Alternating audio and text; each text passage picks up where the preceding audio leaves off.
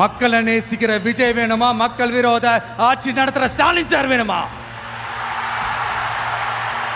இந்த விஜய் நம்புறீங்களா, ஸ்டாலின் சார் நம்புறீங்களா? Proof, this is the proof.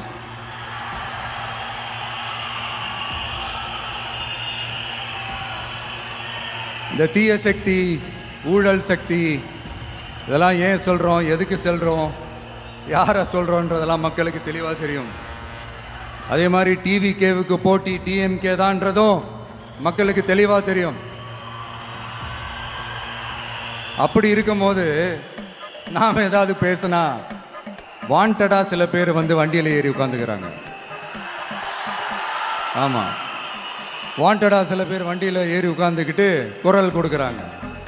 சீரியஸாக ஒரு போட்டி நடந்துக்கிட்டு இருக்கும் போது இங்கே காமெடிக்கெல்லாம் இடம் இல்லை பாஸ்.